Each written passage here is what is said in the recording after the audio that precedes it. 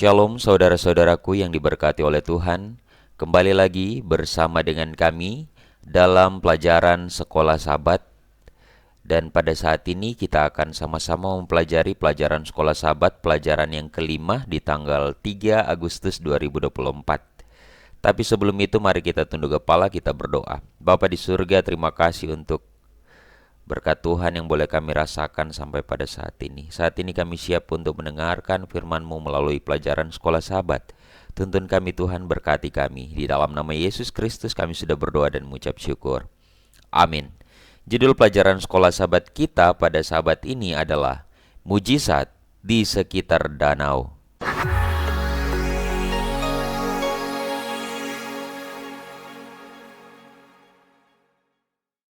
Ayat intinya terdapat di dalam Markus pasal 5 ayat 19.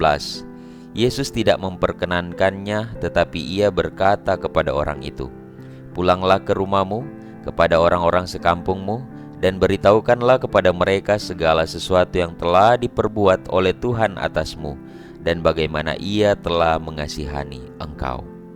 Saudara-saudaraku yang diberkati oleh Tuhan, Danau Galilea yang juga disebut Danau Tiberias berbatasan dengan wilayah Galilea, Dekapolis, dan Trachonitis. Danau ini dan kota-kota di sekitarnya menjadi saksi dari banyak kegiatan Yesus.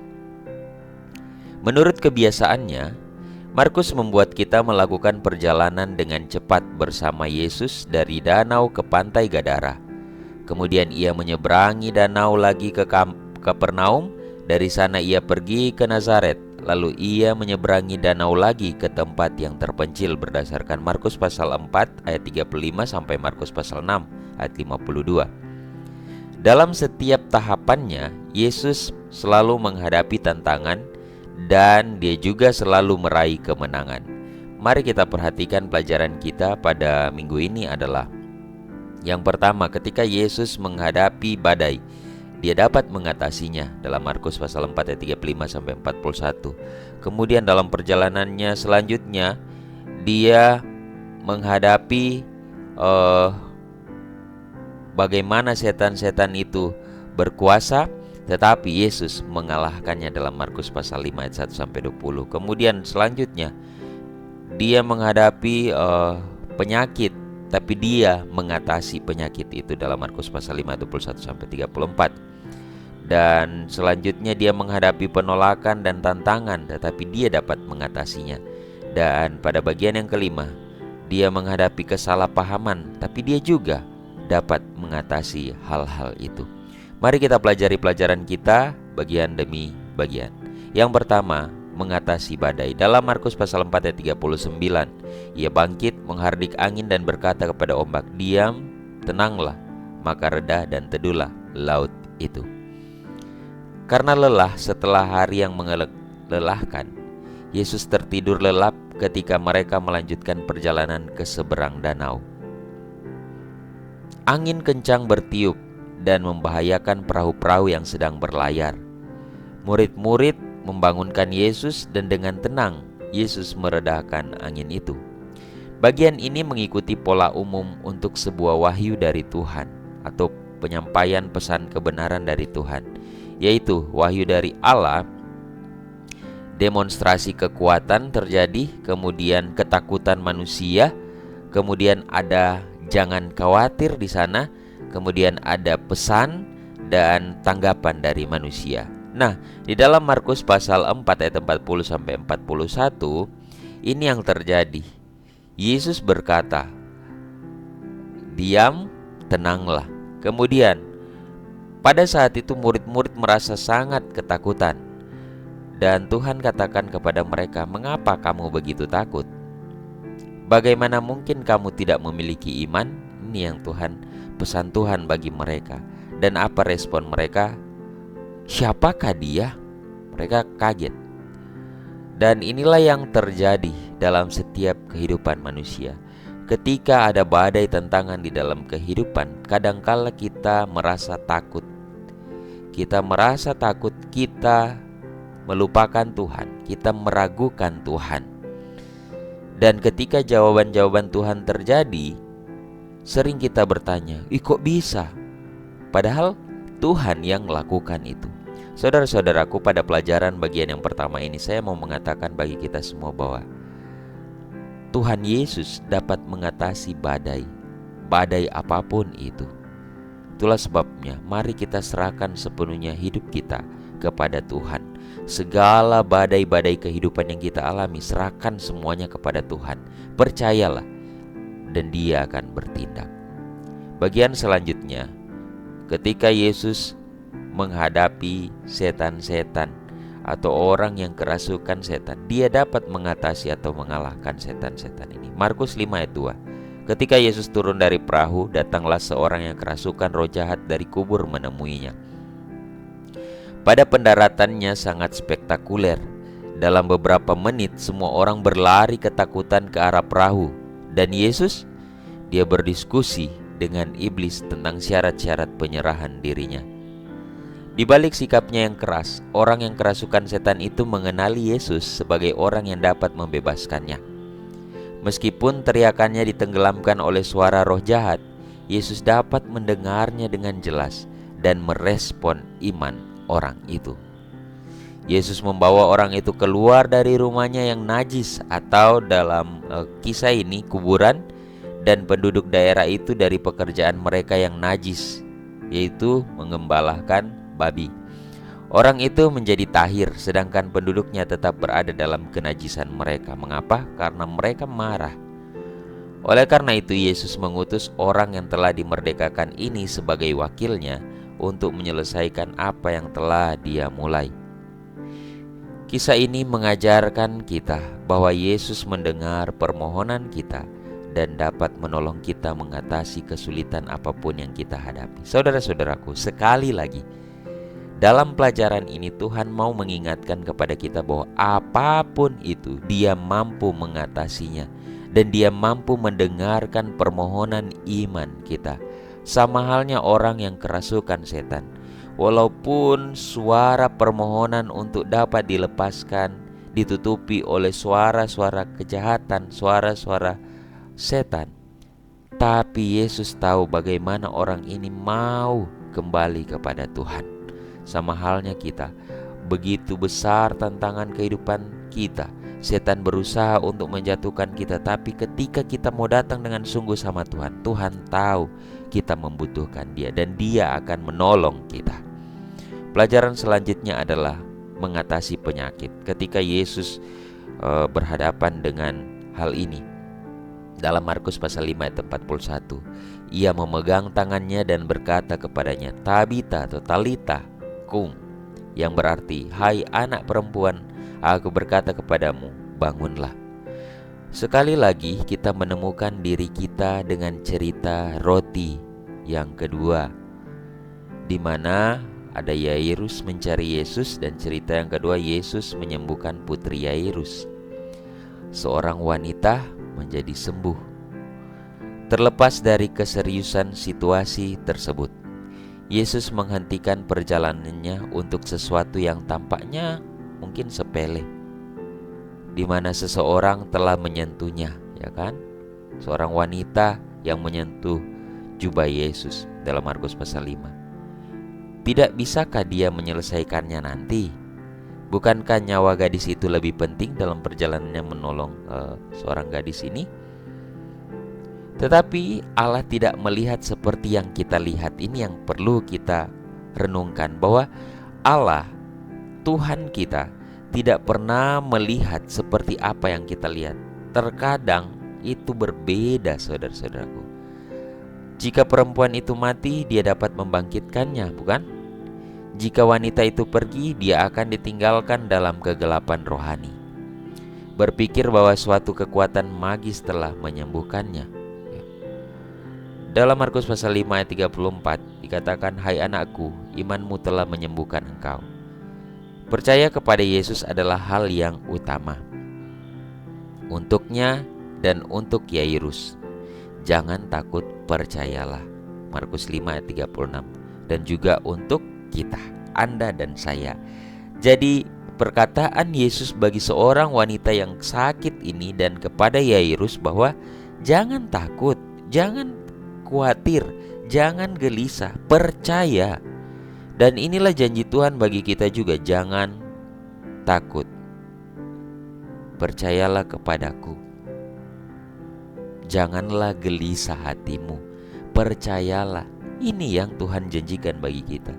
Jadi jangan pernah kita merasa khawatir, jangan pernah kita merasa takut, jangan pernah kita merasa gelisah dalam menantikan jawaban Tuhan. Tuhan bilang jangan takut, percaya saja. Itu artinya bahwa kita benar-benar butuh Tuhan. Kita benar-benar beriman sama Tuhan, yang memasrahkan seluruh hidup kita sama Tuhan. Maka mujizat Tuhan akan terjadi dalam kehidupan kita. Ketika Yesus menghadapi penolakan dan tantangan, pada bagian yang pertama dalam Markus pasal 6 ayat 6, ia heran karena ketidakpercayaan mereka. Lalu ia berkeliling dari desa ke desa sambil mengajar. Mengapa orang-orang Nazaret menolak Yesus dalam Markus pasal 6? Karena mereka terkejut karena pengajaran Yesus itu sangat luar biasa. Kemudian mereka mengenalnya sebagai tukang kayu saja, bukan sebagai seorang guru atau seorang tabib penyembuh. Dan mereka mengenal juga keluarganya. Mungkin yang pernah berselisih paham dengan Yesus, kita tahu pelajaran yang lalu ya, di mana mereka berpikir Yesus ini mungkin sudah tidak waras karena kecapean melayani dan lain sebagainya. Jadi orang-orang pada saat itu mengenal dia seperti ini. Bagaimana reaksi Yesus ketika melihat respon ketika orang-orang Nazaret menolak Yesus? Dia langsung pergi ke tempat kerja yang lain. Dan ini adalah pola tindakan yang dia ajarkan kepada murid-muridnya dalam Markus pasal 6. Pernahkah kita ditolak seperti Yesus? Atau pernahkah kita mengalami krisis yang sulit untuk dimengerti? Apa yang Anda pelajari dari pengalaman tersebut yang dapat kita gunakan untuk menolong orang lain yang mengalami hal yang sama? Saudara-saudaraku, pelajaran ini menyatakan atau memberikan kepada kita suatu hal yang sangat penting. Pernahkah kita mengalami kesusahan? Pernahkah kita mengalami tantangan kehidupan yang mungkin orang lain hadapi, dan bagaimana cara kita memberikan pengalaman itu untuk menolong orang yang jatuh itu? Atau malah sebaliknya, kita menjadi orang yang membuat orang itu semakin jatuh dan semakin jatuh. Dari pengalaman Yesus, dia bagikan kepada murid-muridnya agar dapat menolong mereka. Dan ini menjadi pelajaran penting untuk kita, agar setiap pengalaman yang kita alami bagikan juga bagi orang lain. Kedua, kisah roti yang ketiga, di mana ada misi para murid, kematian Yohanes Pembaptis, laporan murid-murid. Dalam kisah ini diceritakan bahwa Yesus memberikan tantangan besar kepada muridnya. Diutus untuk berkhotbah secara berpasangan setelah menerima beberapa nasihat praktis. Di sisi lain, sementara mereka berkhotbah dengan bebas, Yohanes tetap berada di dalam penjara. Berbeda dengan keberhasilan para murid, Yohanes memeteraikan kesaksiannya dengan kematian. Ketika dalam penyebaran misi oleh murid-murid, mereka mengalami hal yang luar biasa. Mereka dapat berkhotbah dengan bebas, diutus secara berpasangan. Tapi apa yang terjadi dengan Yohanes Pembaptis? Dia pun menyampaikan misi penting itu. Walaupun kondisinya berbeda, tapi dia tetap menyampaikan misi ini. Dengan cara dia memeteraikan kesaksiannya dengan kematian. Dia rela dihukum oleh karena kebenaran. Dan ini yang harus menjadi bagian kita juga, saudara-saudaraku. Pelajaran apa yang kita dapatkan? Sekalipun mungkin ketika kita mengabarkan Injil, mengabarkan misi Allah, respon orang-orang berbeda seperti yang teman-teman kita atau saudara-saudara kita yang lain yang menyampaikan. Mungkin mereka diterima dengan baik, tapi kita tidak. tapi tetaplah setia di dalam pelayanan Tuhan, apapun yang terjadi, karena Tuhan memperhitungkan semuanya itu. Dan pada bagian yang terakhir, ketika Yesus menghadapi tantangan kesalahpahaman dalam Markus pasal 6 ayat 52, sebab mereka tidak mengerti tentang roti itu, karena hati mereka telah dikeraskan. Murid-murid Yesus perlu menceritakan kepadanya secara panjang lebar tentang misi mereka. Dan murid-murid Yohanes perlu memahami mengapa guru mereka mati. Yesus menyingkir dari mereka, tetapi orang banyak yang besar jumlahnya datang dan menantikan dia di pantai. Ketika Yesus melihat mereka, ia menaruh belas kasihan kepada mereka karena mereka seperti domba-domba yang tidak bergembala. Mereka adalah bangsa yang tidak memiliki pemimpin, tanpa seorang pun yang membimbing mereka. Dalam 1 Raja-Raja 22 ayat 17.